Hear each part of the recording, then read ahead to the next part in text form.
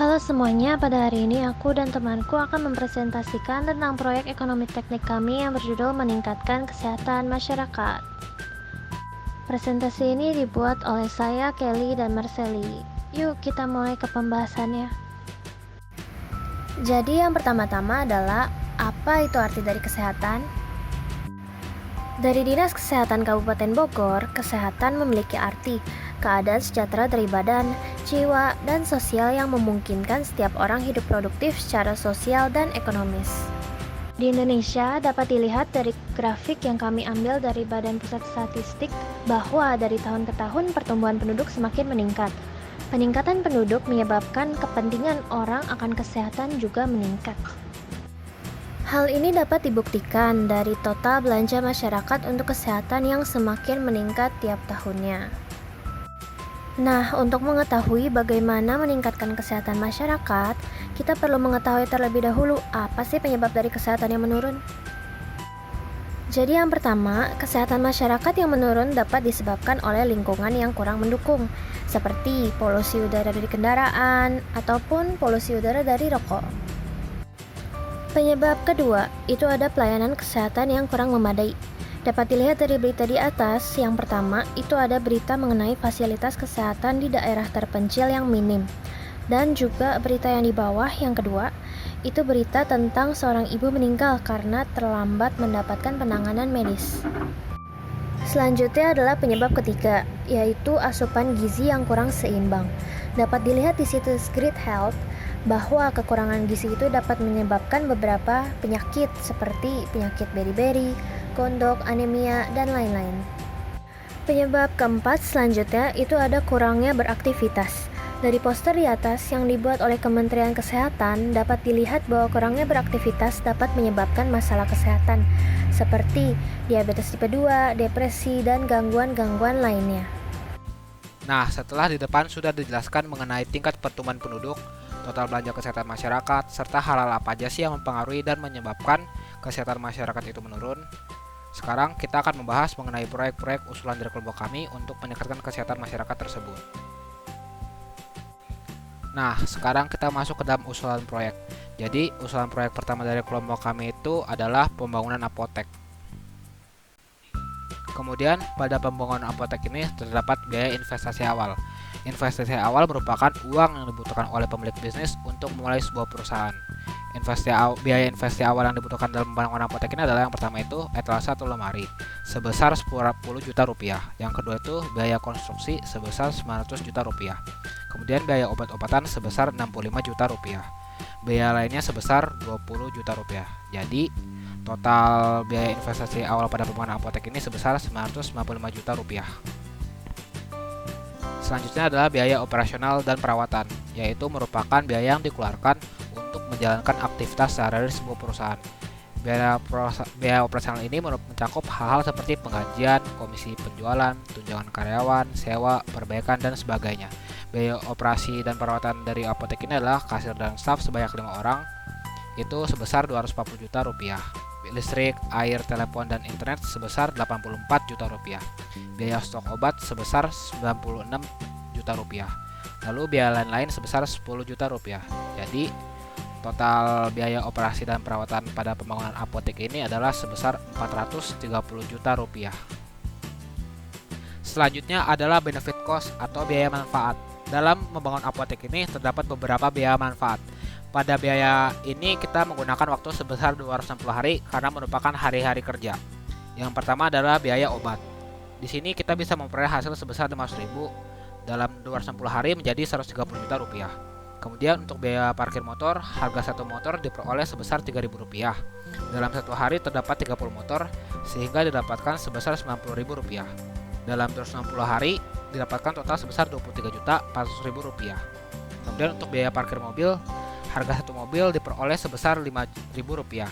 Dalam satu hari terdapat 10 mobil didapatkan sebesar 50.000 rupiah. Dalam 260 hari didapatkan total sebesar 13 juta rupiah. Jadi total benefit cost untuk pembangunan apotek ini sebesar 166.400.000 rupiah. Selanjutnya adalah untuk proyek kedua usaha kelompok kami merupakan pembuatan gym. Selanjutnya biaya investasi awal pada pembuatan gym, yaitu biaya alat fitness sebesar 500 juta rupiah, biaya konstruksi sebesar 400 juta rupiah, biaya sistem CCTV sebesar 15 juta rupiah. Jadi total biaya investasi awal pada pembuatan gym adalah sebesar 915 juta rupiah. Selanjutnya adalah biaya operasi dan perawatan pada pembangunan gym. Jadi di sini ada biaya kasir dan staf sebanyak 10 orang sebesar 480 juta rupiah dalam setahun. Biaya trainer untuk 3 orang sebesar 180 juta rupiah untuk setahun. Biaya perawatan alat sebesar 20 juta rupiah. Biaya listrik, air, telepon, dan internet sebesar 84 juta rupiah dalam setahun. Biaya lain-lain sebesar 20 juta rupiah. Jadi total biaya perawatan dan operasi untuk pembangunan gym ini adalah sebesar 784 juta rupiah. Kemudian adalah benefit cost atau biaya manfaat. Dalam pembangunan gym ini terdapat beberapa biaya manfaat. Pada biaya ini kita menggunakan waktu sebesar 313 hari karena pada hari Minggu gym tidak buka. Yang pertama ada biaya masuk pengunjung untuk satu orang sebesar Rp45.000. Terdapat 20 orang datang dalam satu hari menjadi Rp900.000. Dalam 313 hari tersebut mendapatkan total sebesar Rp281.700.000. Kedua adalah biaya member pengunjung. Satu orang sebesar Rp110.000 per bulan. Terdapat 30 orang member dan membuat total biaya sebesar Rp3.300.000. Kemudian dalam setahun menjadikannya sebesar Rp39.600.000. Selanjutnya adalah biaya untuk parkir motor. Satu motor diperoleh sebesar Rp3.000. Dalam satu hari terdapat 30 motor sehingga didapatkan total sebesar Rp90.000. Dalam 313 hari didapatkan total sebesar Rp8.170.000. Kemudian ada biaya untuk parkir mobil. Harga satu mobil diperoleh sebesar Rp5.000. Dalam satu hari terdapat 10 mobil didapatkan sebesar Rp50.000. Dalam 313 hari didapatkan total sebesar Rp15.650.000. Jadi total benefit cost dalam pembangunan gym ini adalah sebesar Rp360.120.000. Selanjutnya untuk proyek ketiga kita yang juga merupakan usulan kelompok kami yang terakhir adalah pembangunan taman. Kemudian biaya investasi awal pada taman. Ada yang pertama itu biaya 100 pohon sebesar Rp50.700.000, biaya 100 bunga sebesar Rp2.500.000, biaya 350 meter persegi rumput sebesar Rp8.750.000, biaya tanah sebesar 500 meter persegi itu menjadi total Rp2.875.000, biaya fasilitas sebesar Rp20 juta, dan biaya lainnya sebesar Rp20 juta. Jadi total biaya investasi awal sebesar Rp931.950.000. Kemudian ada biaya operasi dan perawatan untuk taman. Yang pertama adalah biaya tenaga kerja. Sebanyak 5 orang tenaga kerja adalah sebesar Rp240 juta dalam waktu setahun. Kemudian biaya perawatan taman sebesar Rp10 juta. Biaya listrik dan air sebesar Rp84 juta untuk setahun. Jadi total biaya operasi dan perawatan adalah sebesar Rp334 juta. Kemudian adalah benefit cost taman.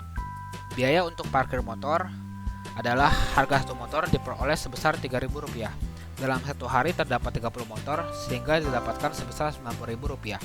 Dalam 365 hari didapatkan total sebesar Rp37.850.000. Selanjutnya adalah biaya untuk parkir mobil. Harga satu mobil sebesar Rp5.000.